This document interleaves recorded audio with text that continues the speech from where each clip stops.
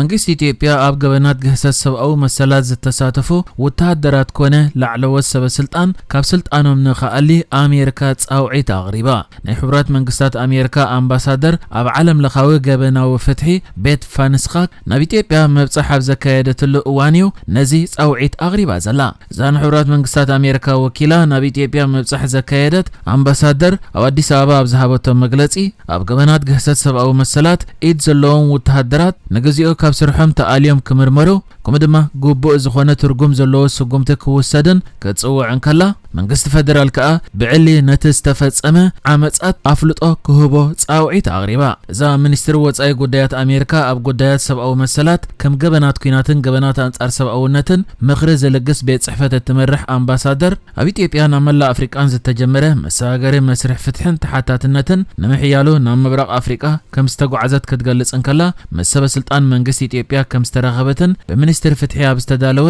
ዘተ ድማ ብዛዕባ መሰጋገሪ ፍትሒ ክትሳተፍ ምዃና ሓቢራ። ሓላፊት ቤት ጽሕፈት ዓለም ለኻዊ ገበናዊ ፍትሒ ማሕበረሰብ ዓለም ንመስርሕ መሰጋገሪ ፍትሒ ኢትዮጵያ ንምድጋፍ ተገዳስነት ኣለዎ ክትብልን ከላ ኣብዚ ሕጂ ዘሎ መስርሕ ግን ዕቃበታት ከም ዘለዎም ሓቢራ። ነቲ ኣብ ክልላት ኦሮምያን ኣምሓራን ዘሎ ኩናት ከምኡ ድማ ምስቲ ኩናት ዘጋጥም ዘሎ ዝተፈላለየ ጥሕሰታት መንግስቲ ኢትዮጵያ ንምትግባሩ ዝዳሎ ዘሎ ኩሉ መዳያዊ መስርሕ መሰጋገሪ ፍትሒ ወላ እውን ዘይከኣል እንተዘይኮነ ፍትሒ ንምርግጋጽ ኣጸጋሚ ክገብሮ እያ ኢላ።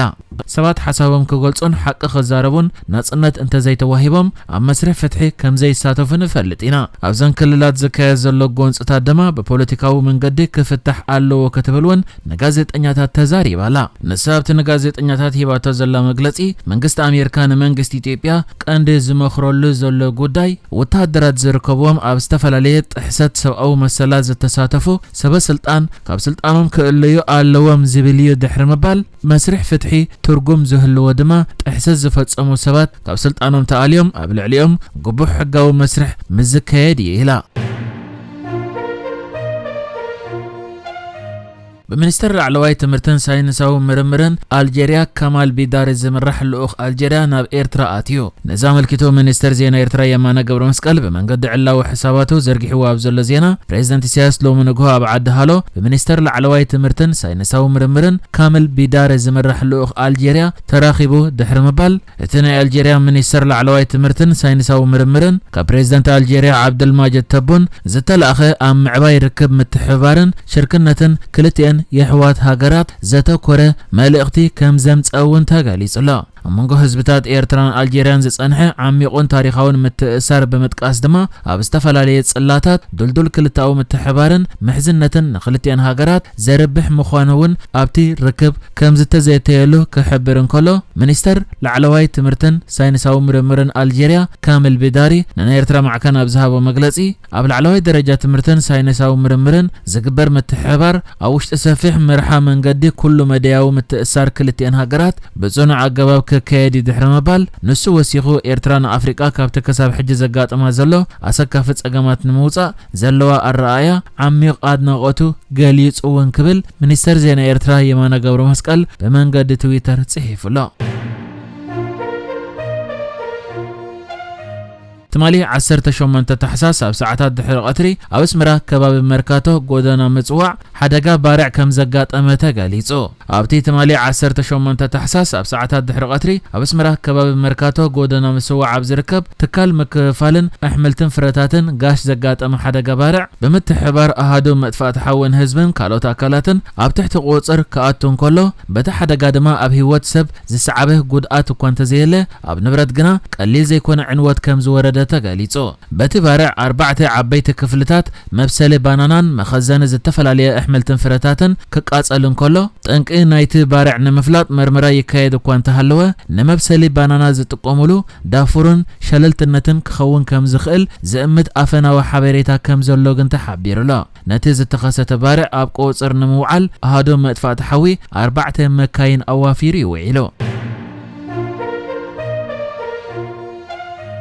أبناء إثيوبيا بوليتيكا حدا كاب صلوتي بوليتيكانياتات تهاجر زخونه جوار محمد بيت معسرتن كل صحافة أي تعسن تبل حداش مصحف يزرجح أبزل واللوان أبز حج جزي أبي إثيوبيا زل كونتات نتهاجر كيبتنا يسق مهلاو تزاريبو بزعباب كل تجراي زنبر كينات أبو روميان أمحران حج زل جت تميت مزنبال كمدما الزغبابة واقع تهاجر بزملكت حتى أبز قرب واللوان دما جوار كملسن كله أبي كام مجمرتو أتحيزو مسمر زبهال أين برون مجمرتا حوحات كابسلت أن كلوكو مسؤم نزاتا نيرنا أبسه مع مستبصحه كابسلت أن مسوردو من يمصع زبل نجر كل عالم كله شم أبي يمتيو شعو أزراري بيانيره شعو نعي كل نجرات قلتي نيرو إثيوبيا كمحدر حاجة سرعة وطيا نبزحات سلفتات زاتاتف سرعة كتساقاقر يقبا نيرو إزت رايو كاب قونس كوز أنا زخقل بمبال نزولو كونتات كغالس انكولو نأبي دما حجي كاب زحزو من قدن تمكحتن نبقون مسمر مملاس زكال أي مسلنن دحر مبال نسون زوريو زلوون سبسلطان إثيوبيا أي رد أوانيوم نمرد أون دليت يبلومن أبي إثيوبيا حاد نايبل سقنا دسيت تفتيريو أبين أبزريو زلو سباتن زعندرولو كاب كاله حزب زتنصلولو أنا بابرا إت حزبي زي رد أونيوم بمبال دما نقفيتو أسمعو جوار محمد بتوسخي أبتي مسمع كان زينا بيسجير وزلوك على محتت نايبل سقنا سبات أب حدقنيا من قدس لزقاتو يكصحفن كزاربن جميرة زلخو أبهلم زبلدون قرنان تعبيتين يم زلو صقاب أزانو من أمرو من عبي سوو يركب إذ خا نعم كونا نتهاجر عبي حدقايو سلازي أنا كنزارة بيزدلي نعنا نتجراين أبزهر مول جزية نتنا يم حراك فالتتك إمام حجد ما مسام حراك قوانوز انكلو ناب أورومو تشوقيتم بشم أورومان أم حراك هارمو يدليلو إزي إثيوبيا أب حدقاي زتوا نخلاتنا اتخون إثيوبيا كنهانت يقبايلو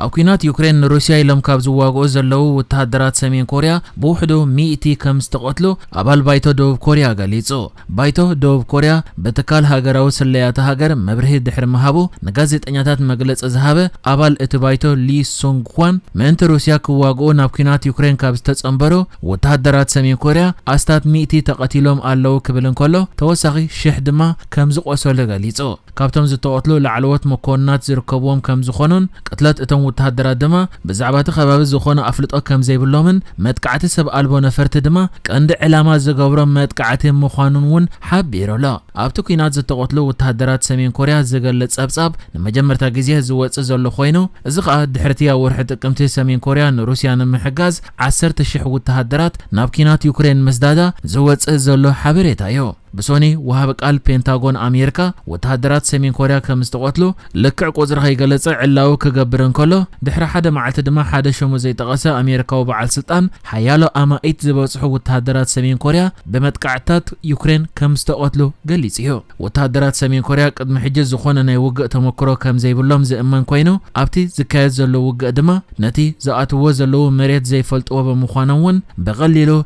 قداي يخونو مهلاوم تنتنتي يحبرو نحجز تدالو الزيناتات ازينيرو بكالك سب نرغب سلام نعخم